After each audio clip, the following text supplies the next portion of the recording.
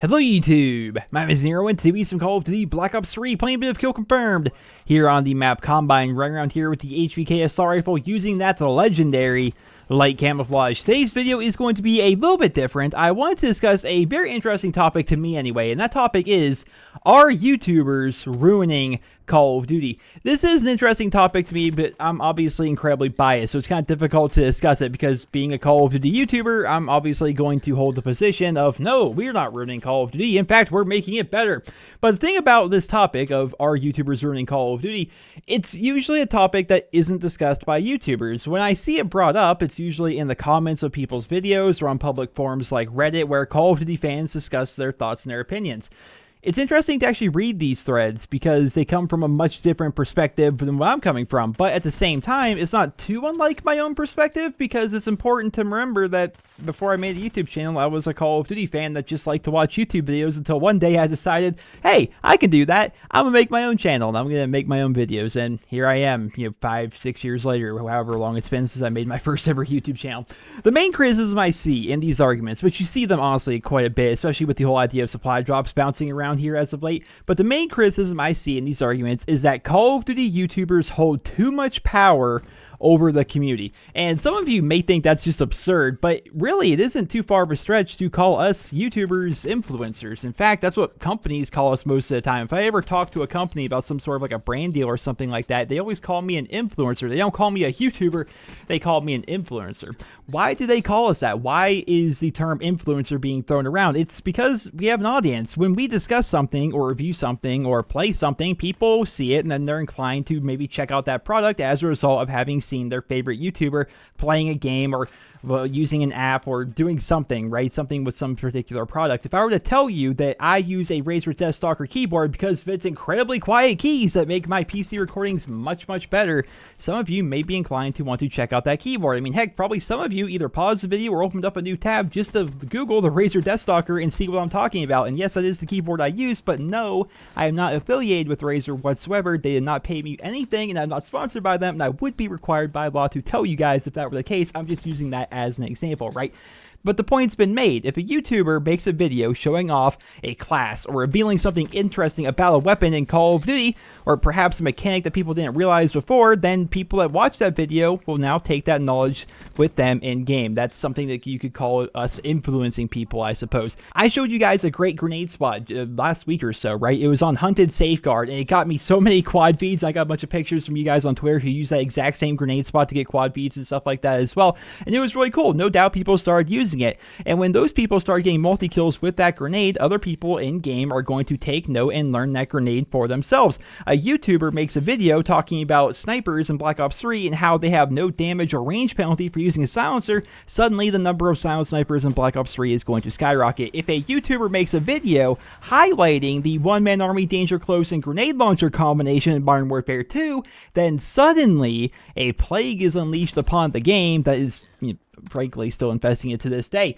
With an audience comes influence. That's just the very nature of things. It would be silly to say that as Call of Duty YouTubers that we don't affect the game in some way. I've never actually seen this as a bad thing though, even before I started making my own videos here on my own YouTube channel. A big part of YouTube is the community that builds up around it. Millions of players all come together because they love a single game and they want to share their thoughts and ideas surrounding that game. A common place for these fans to meet up is actually in the comments of the videos that Call of Duty YouTubers post. It's important to remember that YouTubers like myself, we're no better than any other fan of the series. When I make a video showing my preferred setup using the HVK, for example, I'm not saying that this is the end-all be-all of class setups for the HVK. This is the best way to run it. I'm just sharing what I've learned. I'm showing you guys what works for me, and I'm asking what you guys prefer to use when you're using your HVK. That's all it is at the end of the day, right? That's actually one of my favorite things about YouTube. I mean, heck, a subscriber gave me a tip in Madden. If you guys don't know, I have a Let's Play channel, Nero's Let's Plays, and I'm doing a Madden series over there, right?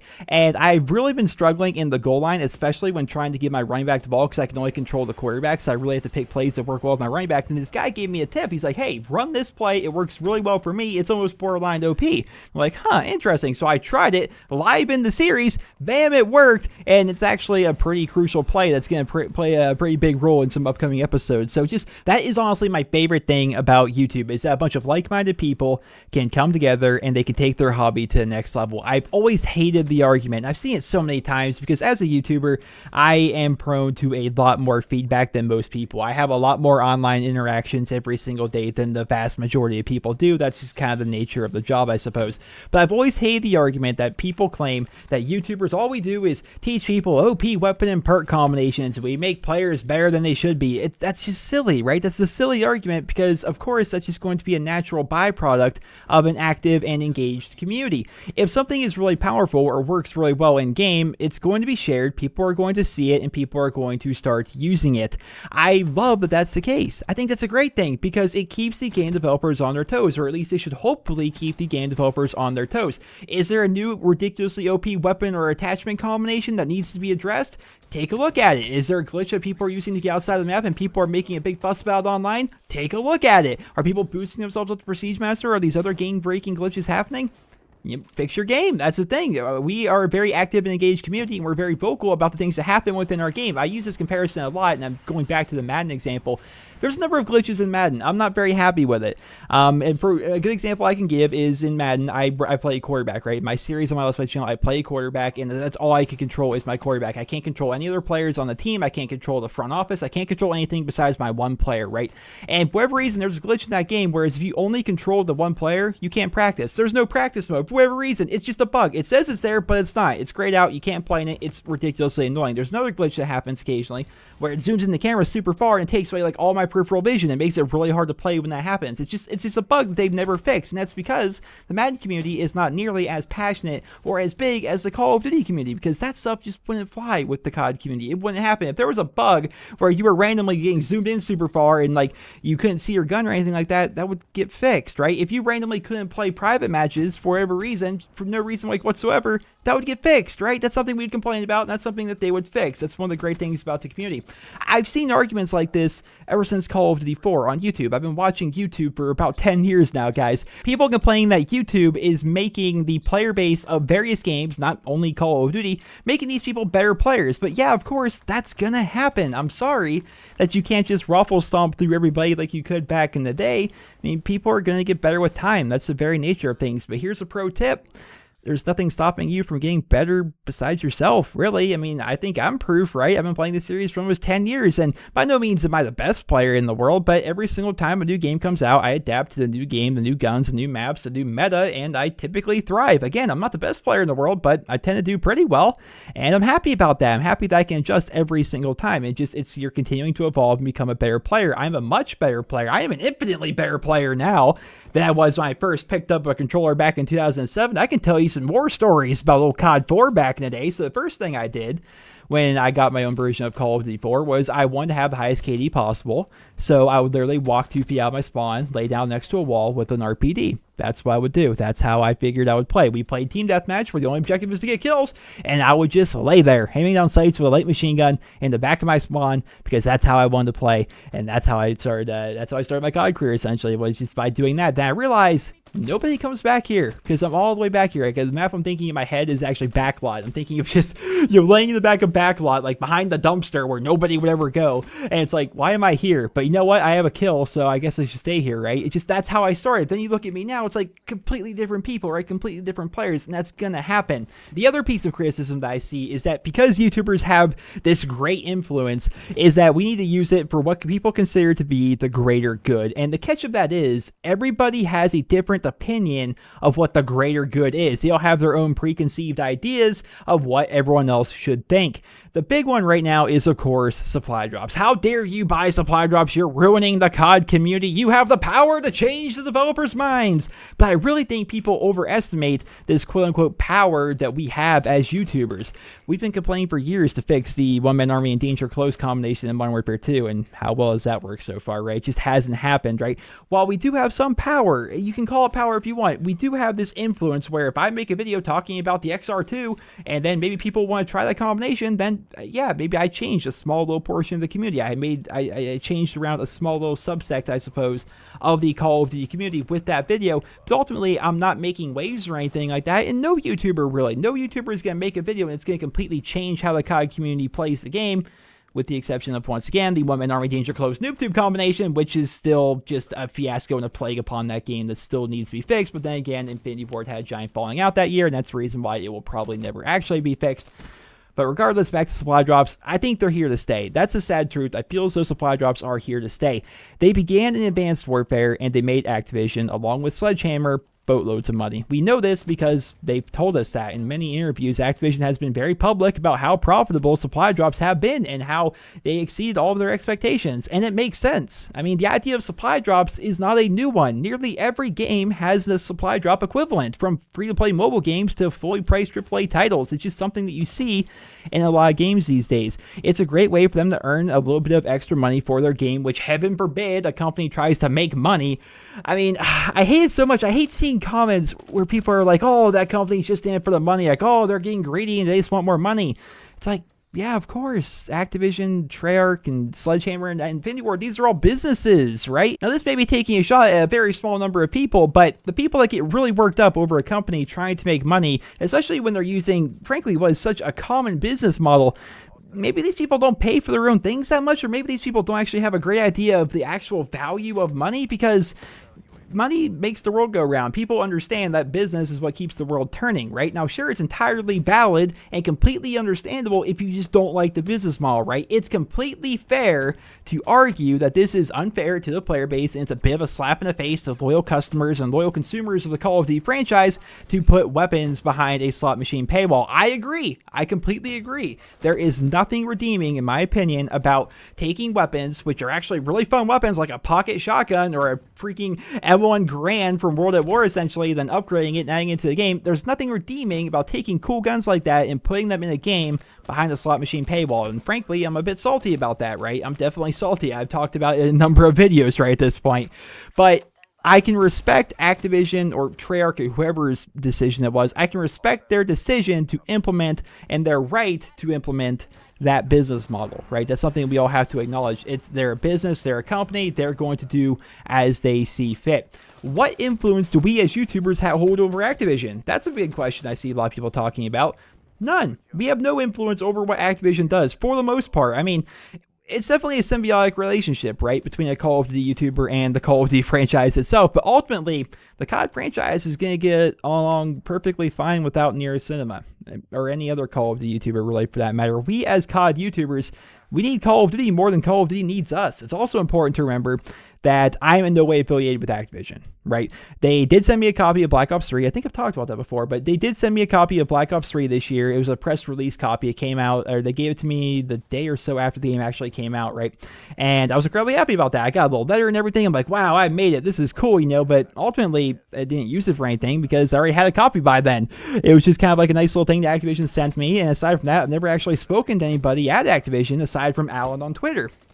But there are a number of YouTubers out there who are affiliated with Call of Duty in some respect. Now, they're not necessarily paid by Call of Duty, but they're somewhat affiliated with them. I mean, they get exclusive access to DLC. There's some YouTubers I'm sure you've seen. They get DLC videos out early because they get to go to, like, Treyarch's offices and play the DLC early and be able to make videos of the maps. And they have special permission to upload gameplay of the maps, like, a little bit before everyone else can even get access to the DLC. That's something that happens. Or maybe when the game is going to be coming out, they get to play, like, a preview event. Or maybe they get special swag sent to them or what have you. Even these YouTubers have spoken out at times against supply drops and the system in place, but ultimately it didn't change Activision's decision to keep supply drops in the game, and it also hasn't made Activision show any signs of wanting to remove supply drops, even though there's been a ton of community feedback saying, yeah, we kind of, like, as a general consensus, don't like you putting weapons in supply drops. It's not really fun. It's not really fair. Why not just make it so we can actually purchase them? We're okay with purchasing weapons. Just make it so we don't have to do it behind a slot machine. That's generally what what a lot of people think, but at the same time, that's not what everybody thinks, right? There's a vast majority of people that don't really care or already think the system's okay. There's a lot of people that don't mind the system. There's people that don't even think about the system. There's people that don't even know there's weapons in supply drops because they're very casual fans, right? It all comes down to perspective. We are the super hardcore nerds, right? That's what we are. We are the enthused press. We are the super passionate members of the Call of Duty community, but it's also important to remember that there's various members of the COD community.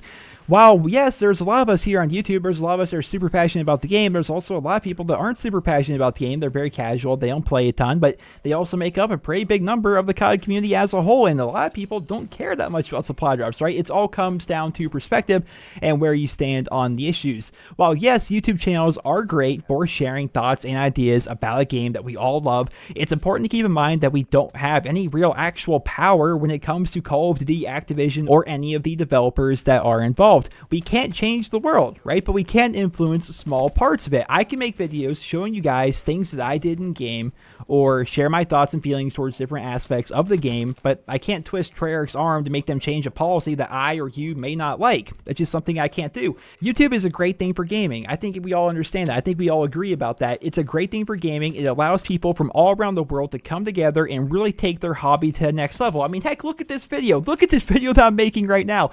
I have the ability to make an incredibly long video where I discuss how us discussing things can change the games that we love. YouTube channels and forum posts, website blogs, all these things, they all influence the community around us in some way, but it's important to remember at the end of the day that we're all just fans of a series. Some might argue that we are a little bit too enthused and maybe a little bit too passionate, but I think that's one of the things that makes the Call of Duty community great. And those are my thoughts on our YouTubers ruining Call of Duty. I don't feel as though we're ruining Call of Duty whatsoever. I think we are just another part of the Call of Duty community, and I think that we're actually one of the better parts of the COD community because I love YouTube. I love the fact that people are able to share videos of their gameplay. I think it's awesome that people are able to show off different aspects and different combinations of things, and just in general, I think YouTube is a great thing for gaming as a whole. I think there's no doubt, and at least in a lot of people's minds anyway, that YouTube has helped a lot of games grow, and I think Call of Duty is definitely one of those games. I think that COD would be a very successful game without YouTube, for sure, but I definitely think YouTubers like myself and everyone else out there that's ever made a Call of Duty video, I feel as though we are just